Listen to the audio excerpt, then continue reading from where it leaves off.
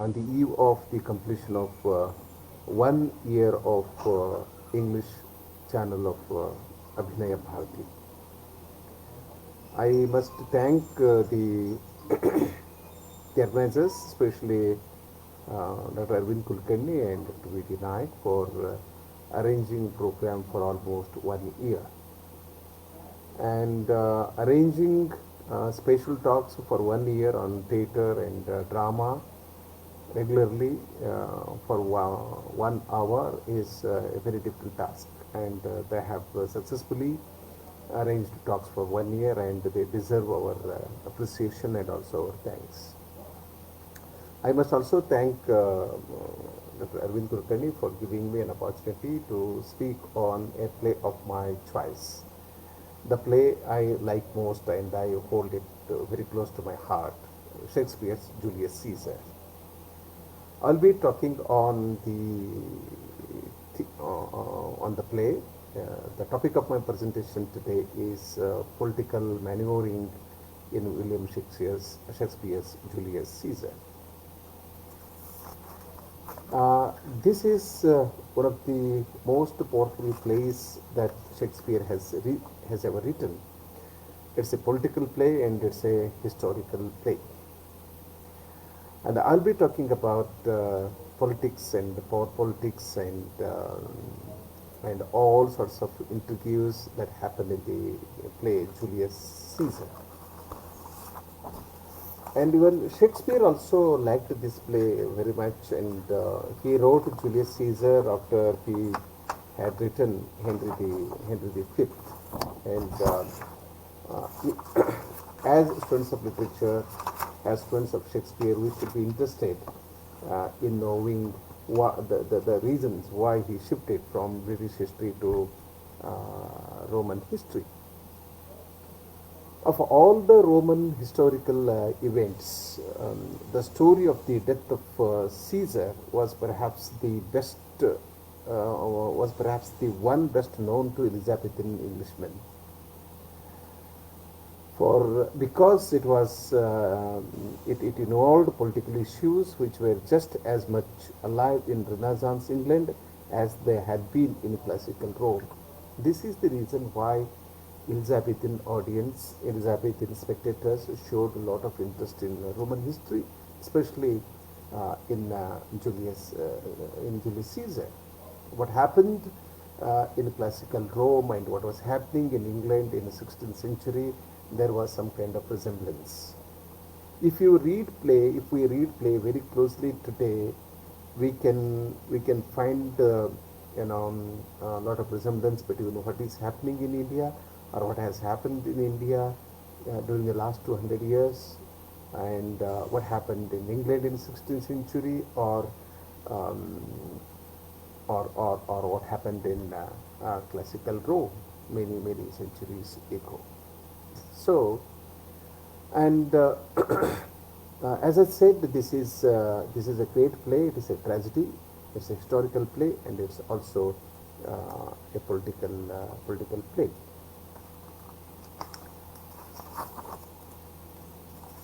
And Shakespeare does not present Caesar as a king.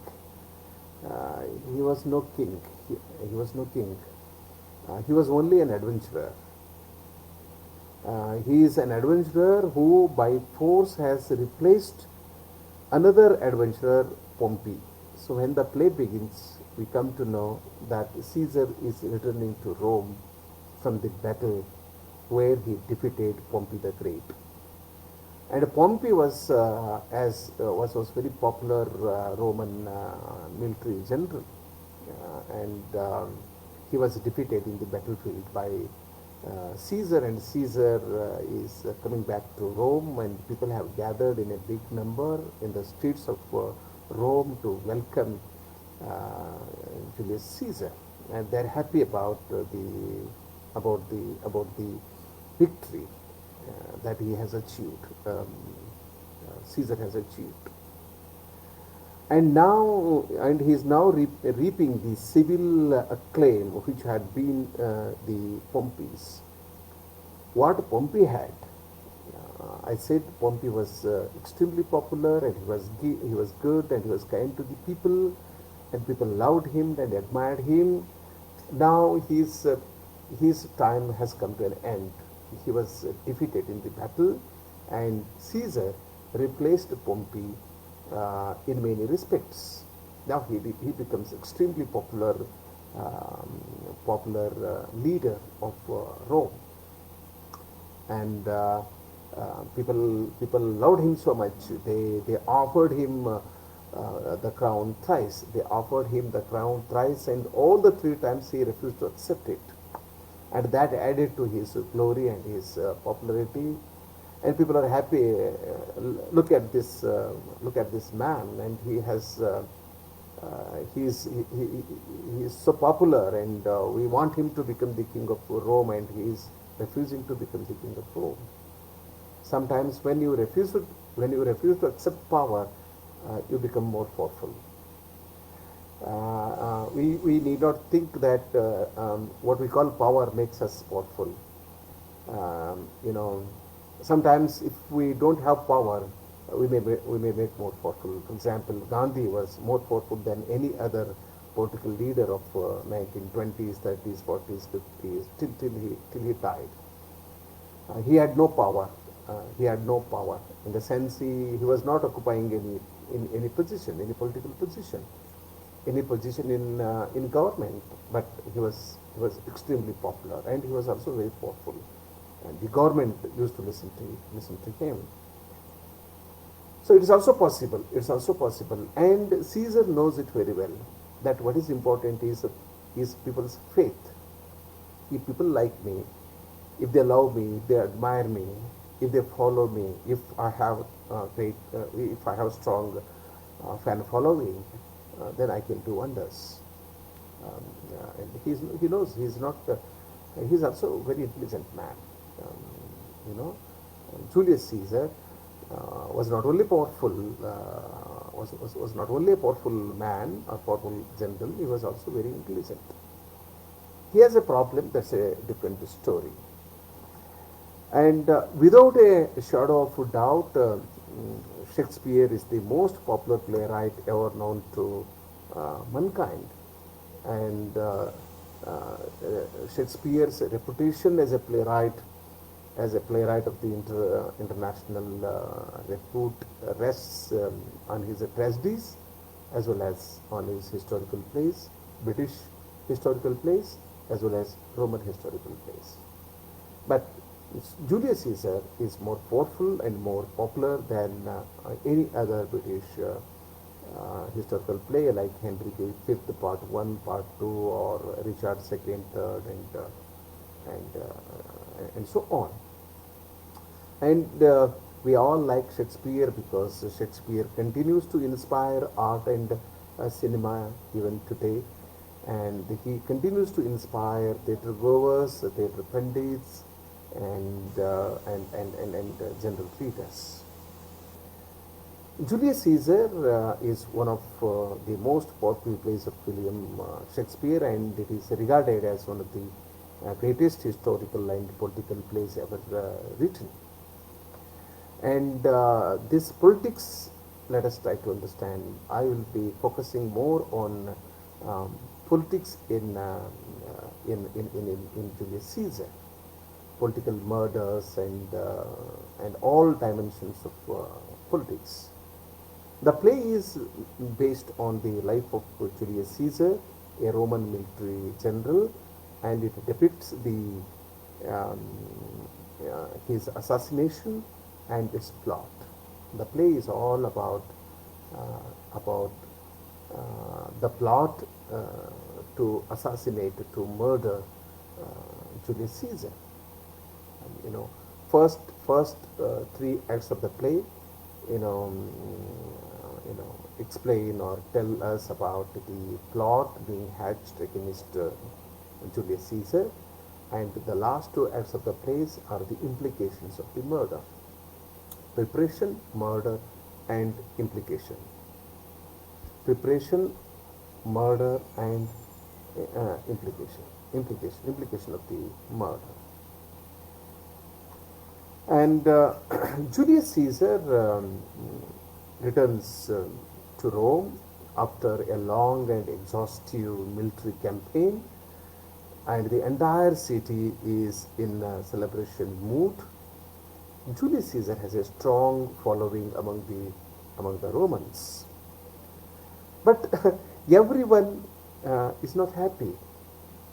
Julius Caesar too has his rivals and competitors. Cassius is jealous of Caesar's triumphs.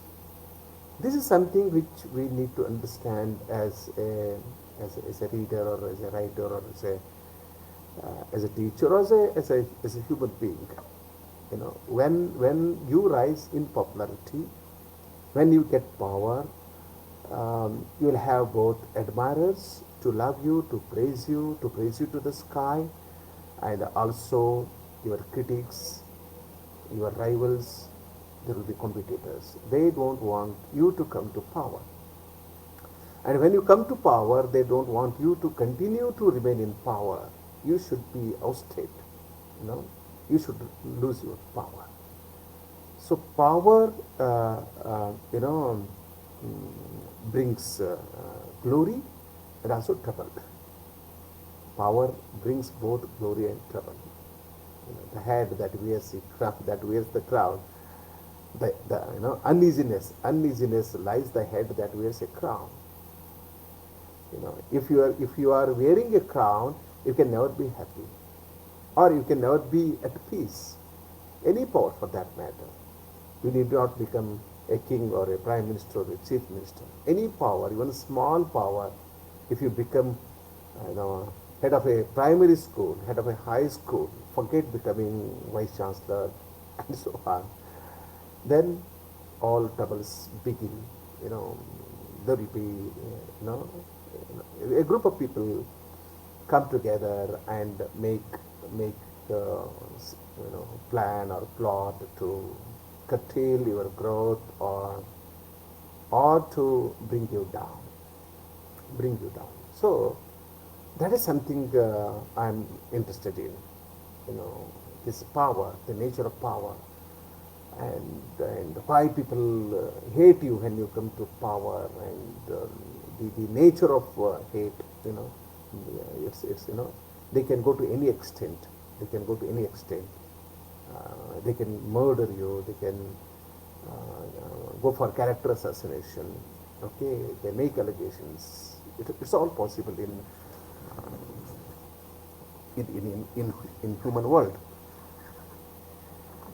So this is not the story of one person. This is the story of every person who rises in power and popularity.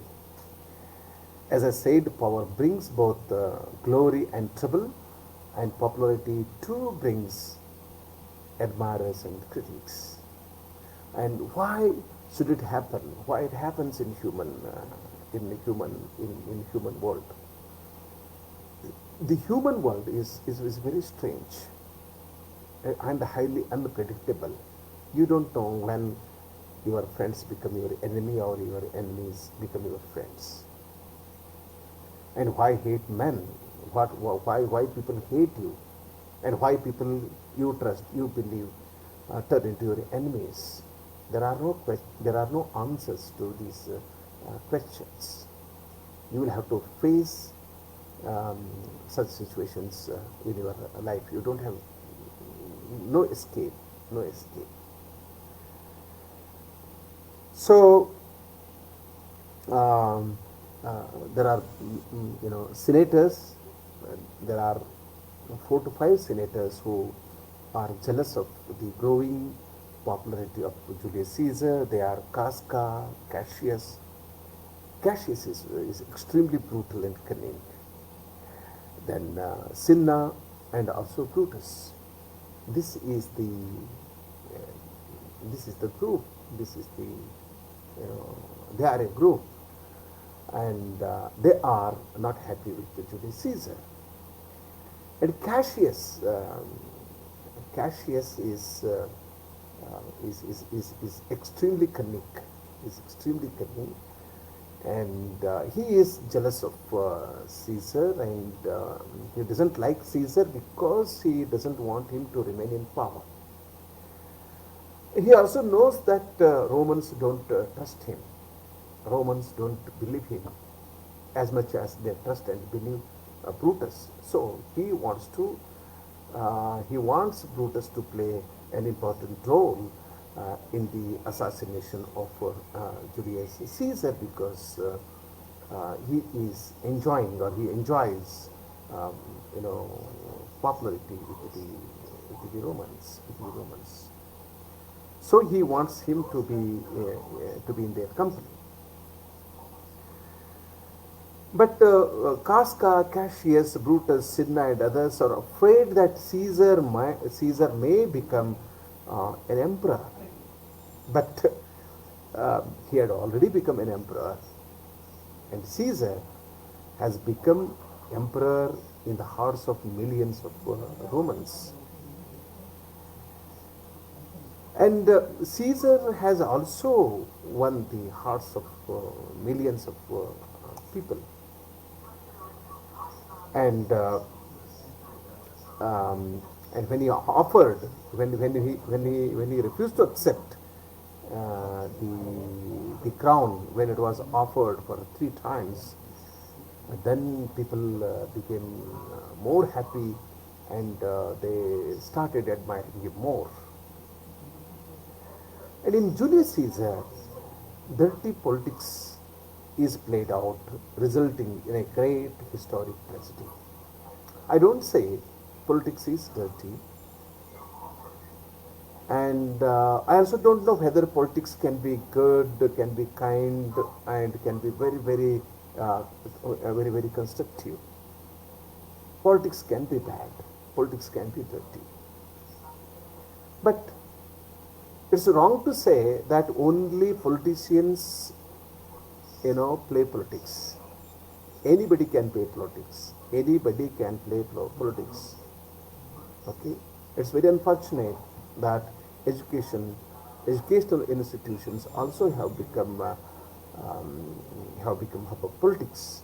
Politics is played in every human organization. There is politics also in the family. There is politics in the family. If you read Girish Karnad's The Fire and the Rain, you'll come to know the fight between the father and the son. Rabba and Aravasa. For the who should become the leader of the yajna. There is a competition. Father trying to disturb the son, and the son trying to disturb the father, and this is a very strange world. Human world is is extremely strange. And Brutus is different from the rest of the conspirators insofar as the intention of crime is concerned, because he is not jealous, but he is only concerned for the republic. That's the reason. When Caesar is murdered, Casca, Cassius, and Cinna and others, they all tell him to murder, or allow them to murder Antony too, Mark Antony too. He said, "We are not butcherers, we are not murderers, we are not assassinators, we are revolutionaries. Our aim is not to kill everybody who is associated with Julius Caesar. And Julius Caesar, we killed him because he was trying to become a dictator. And Rome doesn't like dictatorship. Rome doesn't like dictatorship. Rome loves freedom, and we are for freedom. We are not for tyranny." But when we read the play very closely, we will learn that Caesar has not done anything which can harm the interest of the people, and which is he is never a threat to democracy or democratic values. You cannot kill a man thinking that one day he may become ambitious. But It's possible in human world. You can. Um, so, uh, Cassius somehow wants to, Cassius tries to convince Brutus of the necessity to lead the group which has planned to murder Julius Caesar. But he doesn't want. There are two reasons why Brutus joins this group. One, he is not bothered about Julius Caesar's growing popularity, but he doesn't want the monarchy to come back. He allows freedom, and he allows democracy and democratic values, and he doesn't want the dictator to rule Rome. But unfortunately, Brutus gets manipulated. The plot to kill Julius Caesar takes place at his house, and such meeting takes place in the house of every important person. But Portia, Brutus's wife, insists on knowing what the meeting is about. But Brutus refuses to reveal the secret to her. And when Portia comes to know that her husband is spending, sleepless night, and people are coming to his house at night and sitting late in the evening, late night, gossiping and discussing, whispering into each other's ears and so on, she suspects that some foul act is going to place. They are planning something. And if people meet at midnight, it clearly means that they are going to do something which is unlawful and which is immoral. Otherwise, you don't have to meet at night to sit and discuss. So Portia doesn't want her husband to become a part of any plot against the Roman emperor, against Julius Caesar. And somehow she comes to know that yes, they're all planning to murder Caesar and do some harm to him. And she takes a lot of care, but she sends a boy to. She even writes a letter, anonymous letter. Now we all know about anonymous letter. We should know that how it started, how people started writing anonymous letter. It happened during the classical Rome. People wrote anonymous letters in the classical Rome. There is a reference to this, and today we're all either part of this or victims to anonymous letters. And Portia writes an anonymous letter and sends with her servant to be handed over to Julius Caesar, which he doesn't deliver for various reasons. And had Brutus told Portia the objective of the meeting, this historic tragedy, this very, very unjust murder wouldn't have taken place. Politics is the worst game that humans can play. It does not mean only politicians play politics. Sometimes ordinary men can play a more worst political game than the seasoned politicians.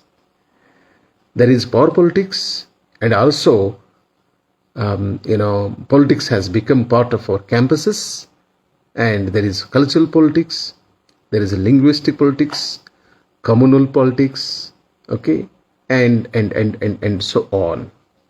And any politics is not good. It's not good, but in reality, as I said, either we do politics or we become victims to politics. And politics has become part of human life. Man is extremely political. I'm saying man, all men and all women, we're all extremely political. And why murders take place in human world, why deceitfulness, and why treachery and backbiting, character assassination, and so on, because we are basically political. And animal world is I don't say the animal world is more beautiful than the human world, but there is no politics. Animals don't do politics. If a tiger kills a deer, it kills for food, nothing else. There is no enmity. But man kills another man, not for food, for other reasons. So this worst game, no animal plays, but it is practiced to the perfection only by human beings. And Julius Caesar is a classical example. So here in this play, I must say that politics is played to its perfection. I can give you some examples later. Now, on the one hand, there are people like Casca, Cassius, Brutus, Cinna, and others who don't like Julius Caesar and who are trying to kill him for some silly reason. On the other hand, Caesar has some problems with him, and the greatest problem of Caesar is his ambition. Ambition is not bad. Over ambition is bad. Ambition is required. You cannot succeed in your life unless you are ambitious. Not for political power. You want to write a play, you want to write a novel, you should be very, very ambitious. But your ambition should not create problems for others. Or to fulfill your ambition, you should not snatch anybody's opportunities. But that happens in human world. So this is his ego, arrogance, and excessive, absolute faith in his own power. He thinks that I'm Julius Caesar. I'm a very powerful ruler. I'm very strong. Nothing can happen to me. And this is something which brings down, somebody who is in power. I shall give you two examples only to drive home the fact how this arrogance and this ego, makes Caesar commit mistakes for which he has to give his life as a price. In the beginning of the play itself, when Caesar is going in a procession, there comes a soothsayer and he tells Caesar, Caesar, beware of Ides of March. IDES. Caesar, beware of Ides of March. Ides means 15th of March.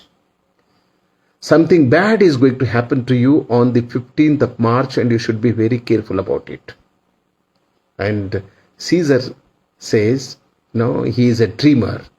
Suspend him. Don't care for what he says. He's a dreamer. He doesn't trust him. He doesn't give any heed to him. And he again meets the soothsayer, and he meets the soothsayer exactly on 15th March. When he looks at the soothsayer, Caesar recognizes, and he teases him.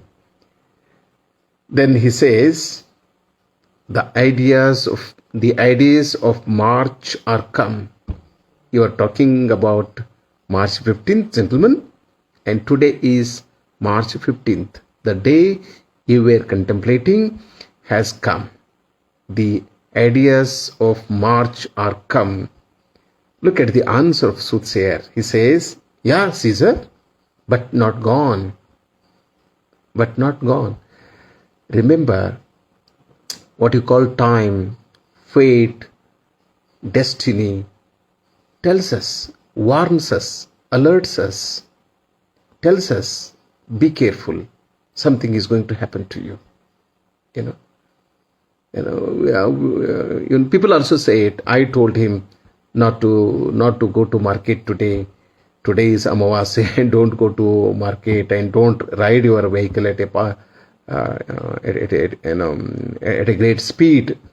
He didn't listen to me, and he went to market, or he went to some place on his bike, and he went at a great speed, and he met with an accident and died. Now we also say it. So one must also listen to one's own conscience, or we must also listen to what others say. He doesn't care. This is one incident. And second, there is a character, Artemiderus, and he is carrying a letter to hand over to Julius Caesar, in which there is a warning to him that you should be careful about Brutus and others. And again, he is going in a procession. He is going to the capital, and outside the Senate hall, Caesar meets this. There are people, suitors. They are giving letters to him. Sir, you do this, you do that, like that, And one of the suitors, one of the persons is Artemiderus, and he is trying to give him a letter. Hail Caesar, read this schedule, read this letter. We should carefully read these lines. Oh Caesar, Caesar doesn't care for it. He ignores. He doesn't receive the letter from him. Then he speaks, Artemiderus. O Caesar, read mine first, for mine is a suit that touches Caesar nearer. Read it, great Caesar. It says, this letter has something to tell you about yourself. It touches you nearer. Look at his response. Then he says, Caesar says, what touches us ourselves shall be last served. I am a public man. I am a leader. I am a mass leader. I am interested in others' problems than my own problems. You are telling me that I must read your letter because it has something to do with me. I am not interested in me. So, if at all it has something to do with me, I shall read it at the end. No, I will not read in the beginning. I will read it at the end. What touches us ourselves shall be last served. Then he pleads, he requests, delay not, Caesar, read it instantly. Don't delay. If you delay, there is a great threat to you. But Artemiderus is an ordinary man. He cannot argue with Julius Caesar, the most powerful emperor or king. And he only says that read it instantly, delay not. He is giving some indication, but he is not able to understand this. Then Caesar says, what? Is the fellow mad? He asks others, why he is asking me to read his letter? Has he gone mad? Just suspend him. He doesn't care for him. So this speaks volumes about his arrogance and his excessive, unlimited faith in his own power. And also, we should look at the conversation between Calpurnia, his wife, and Caesar.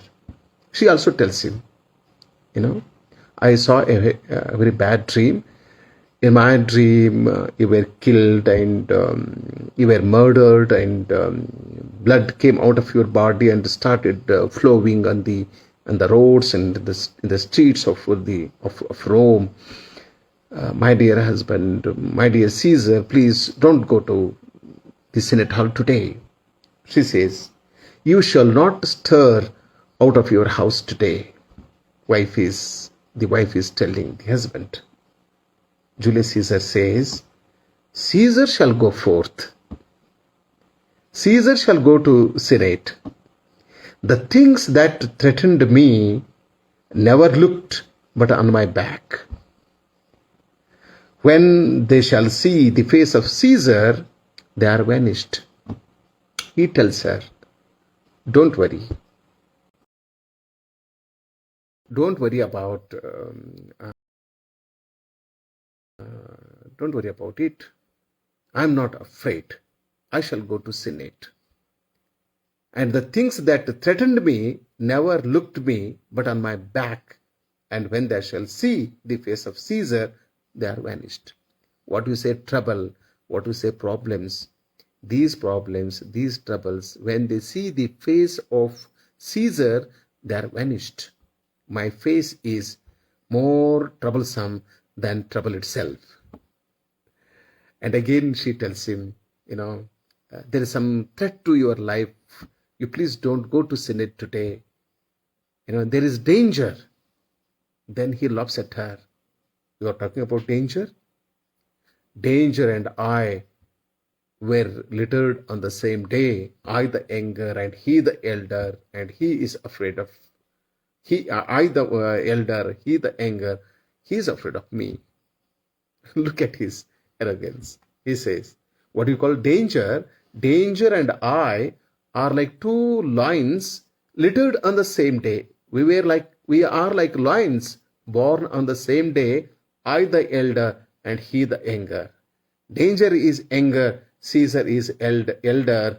Danger is afraid of Caesar, not Caesar. Caesar is never afraid of Caesar, so Caesar shall go forth. He will go to the Senate. And he also says, you are a woman. I don't have time to explain this. And how do you think that Caesar can stop going to the Senate listening to what a woman says? No, I shall go, he says. Kalparni again tries. She says, when beggars die, there are no comets seen. The heavens themselves blaze forth the death of the princess. She tells him about the difference between the death of a beggar and the death of a prince. When a prince dies, the heavens, means the skies, the skies themselves blaze forth. The whole universe gets burnt. There will be fire, great fire takes place when a prince dies. Then Caesar says, I am not a coward. He says, cowards die many times before their death. The valiant never taste of death but once.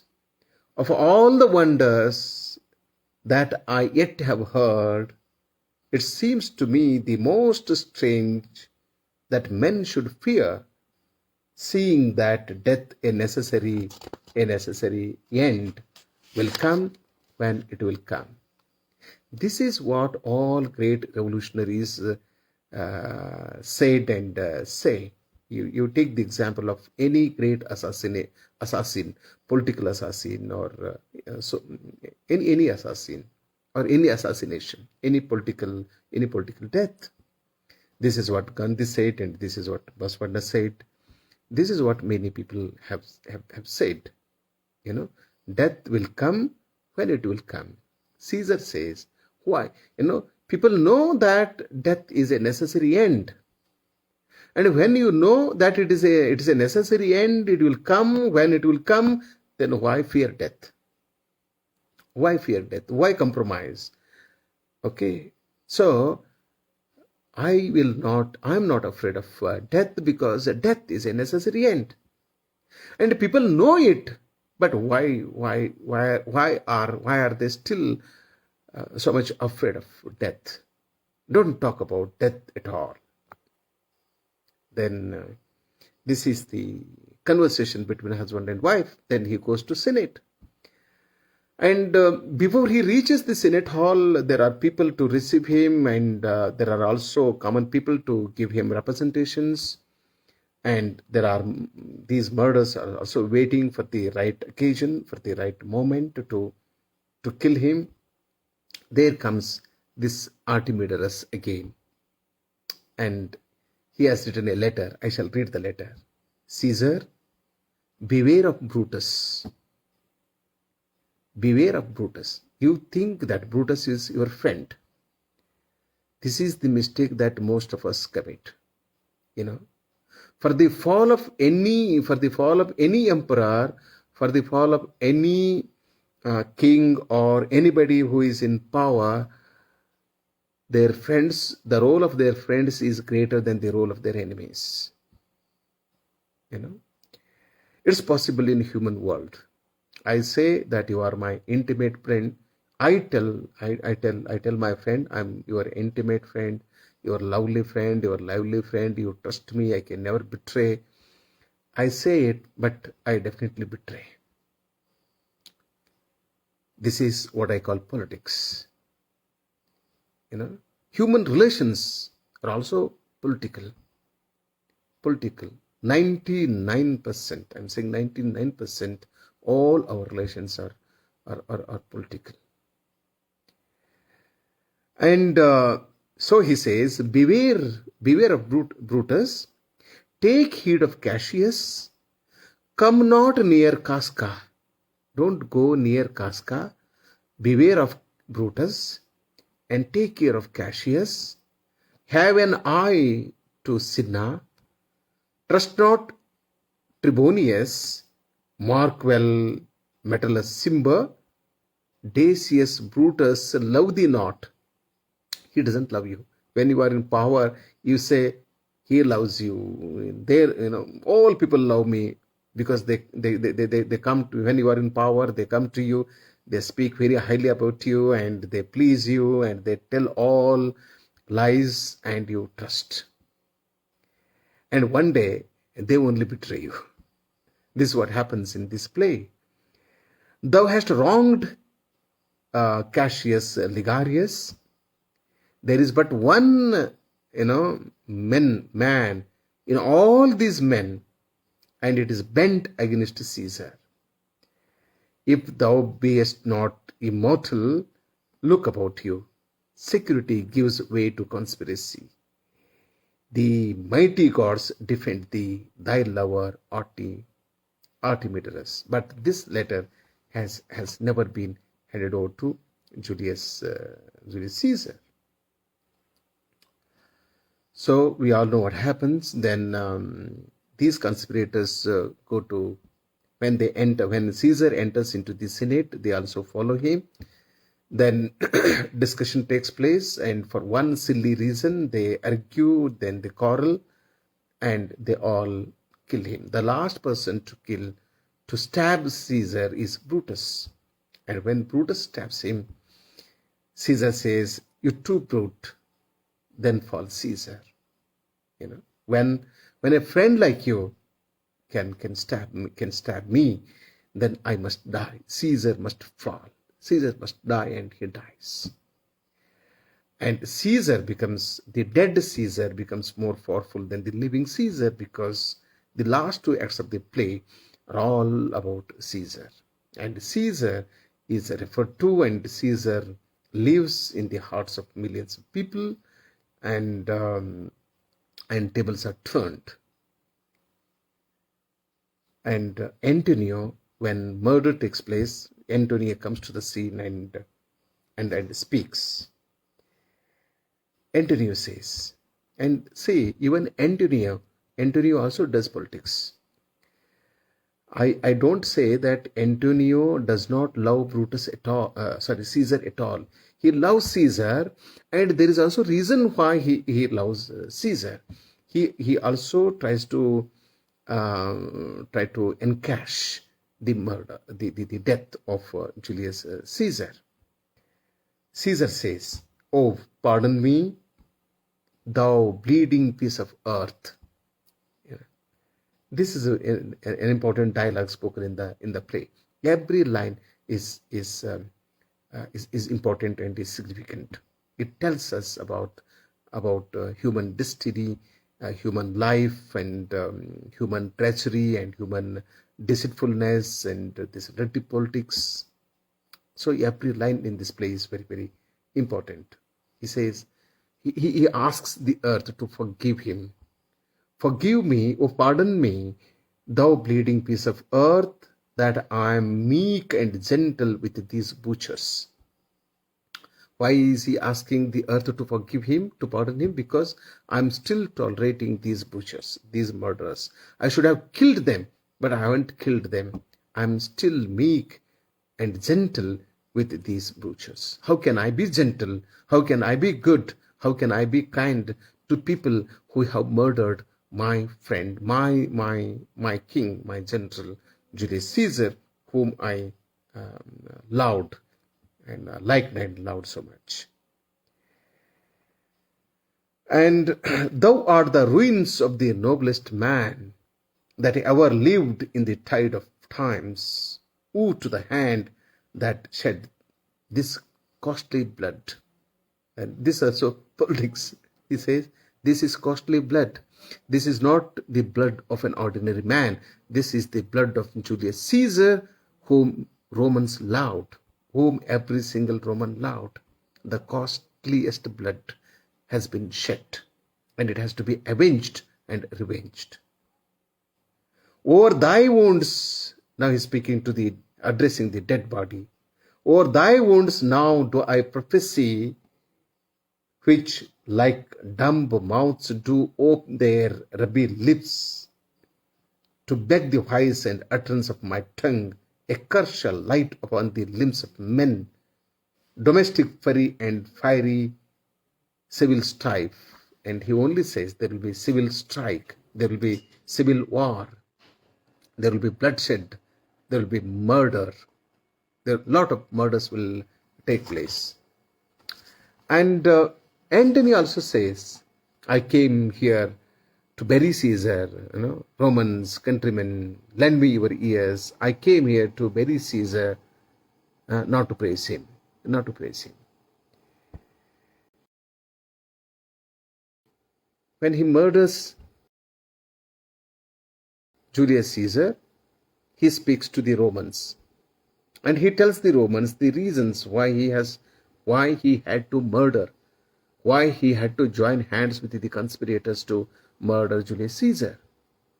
He justifies his action and he justifies the conspiracy. He says, I have killed Caesar.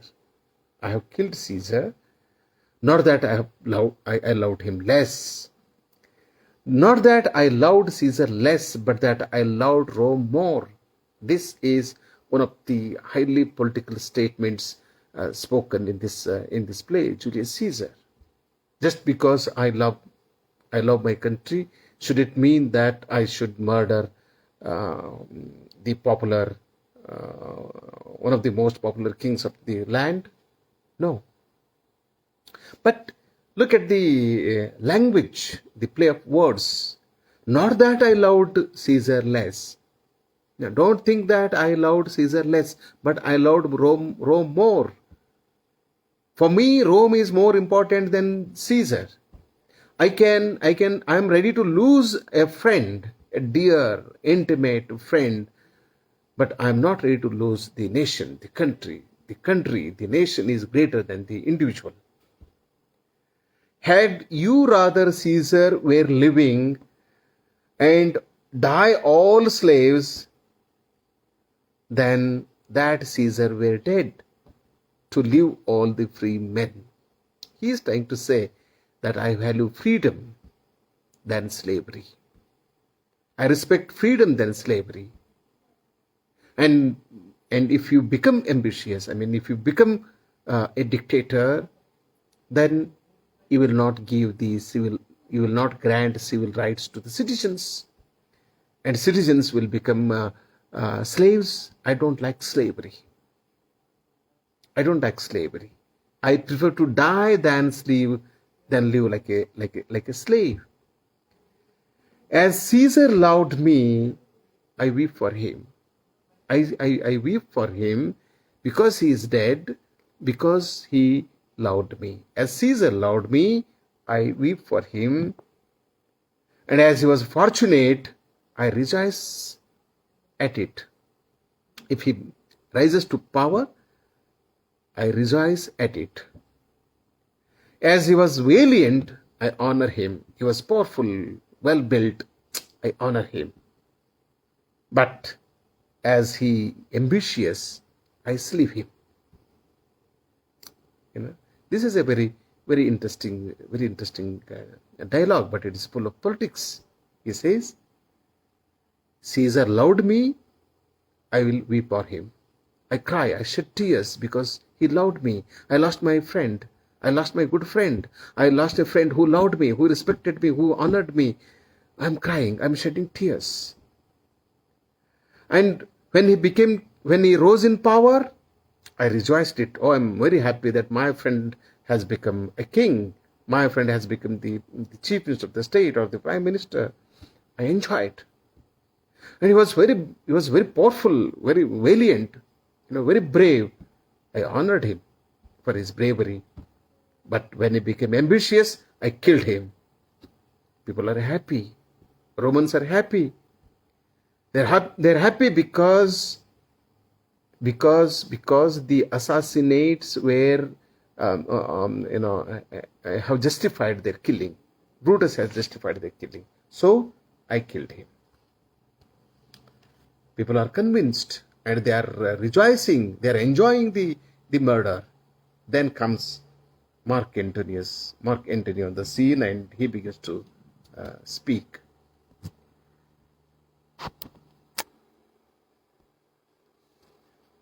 Says, friends, Romans, another 5 to 10 minutes I take, it's already 8 o'clock.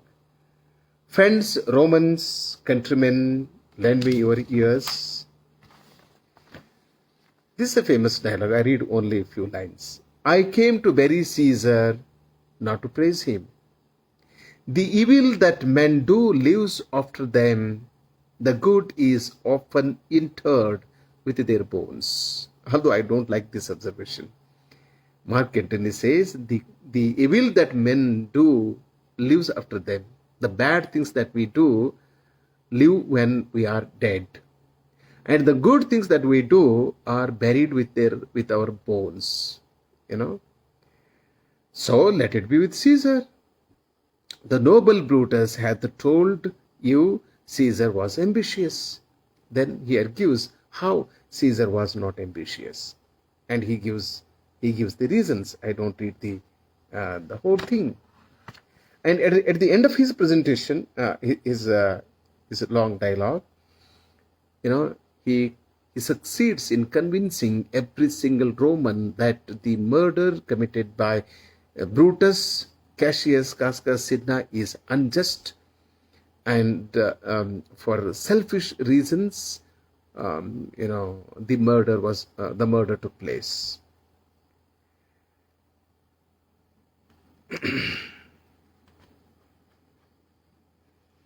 Then in his second speech, funeral speech, he tries to stir the people, and the tables are turned. Now,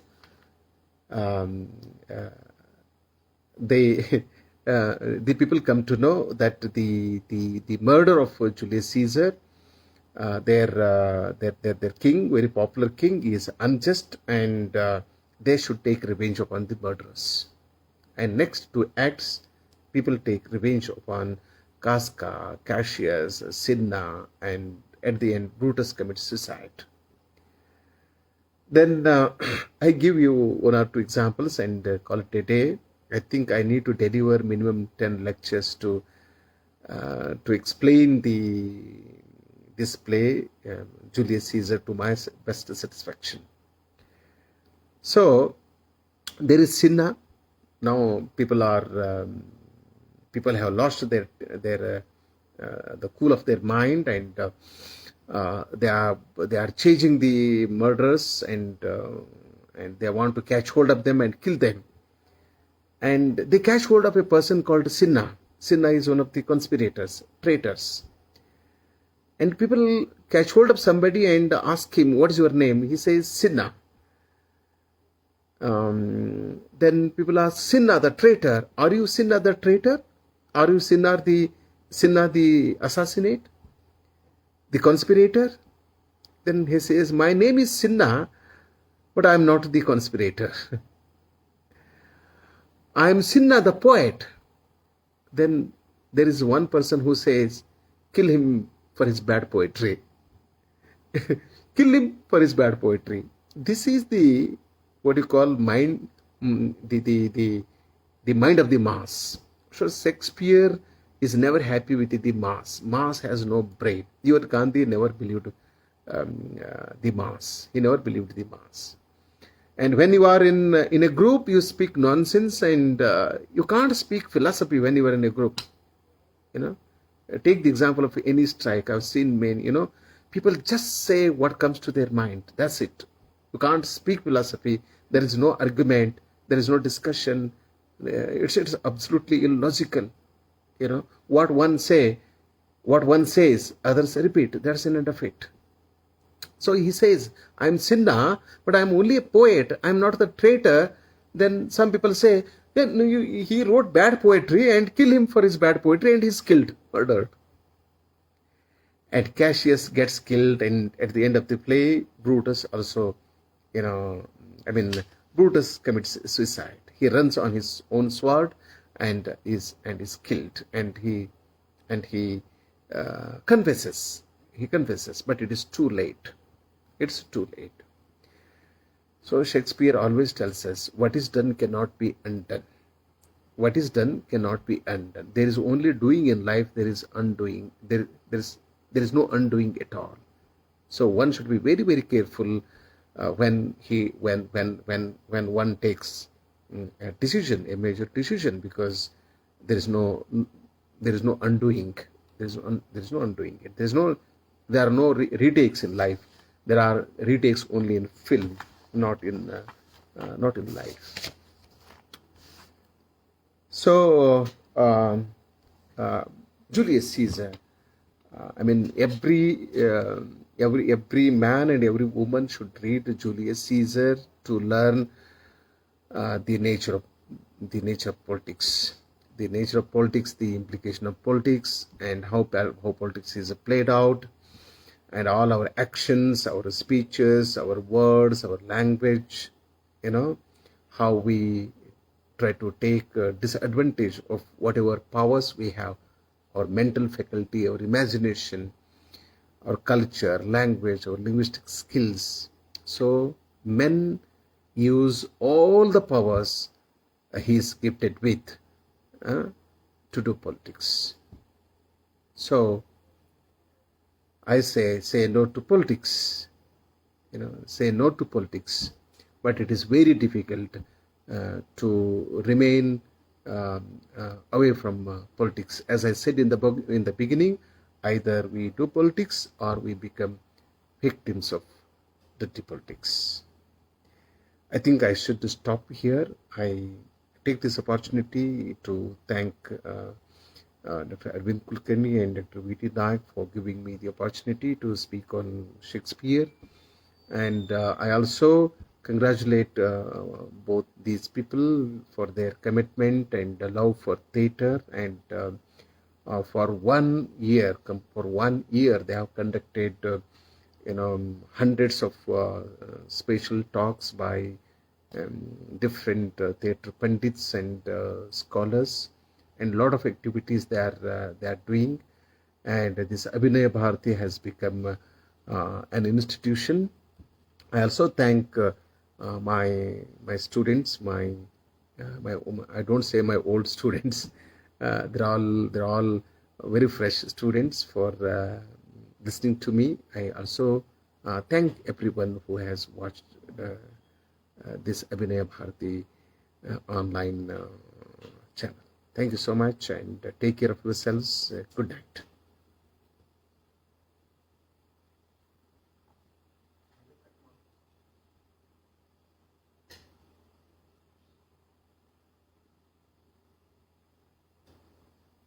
Close ಮಾಡಿ sir ಇದ್ದಾರೆ.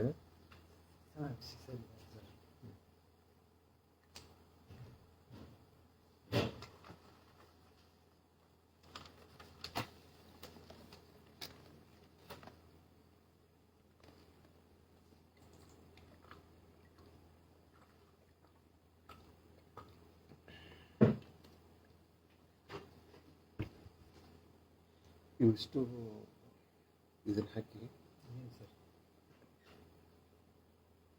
ಅದು comment ಹೊಂಟಲ್ಲ comment ಇವು ಫೈಲ್ಸ್ಗಳೆಲ್ಲ ಹಾಂ ಹಾಕಿ ಕಡೆಗೆ ಕೊಟ್ಟು ನನಗೆ ಕೊಟ್ಟು ನೀವು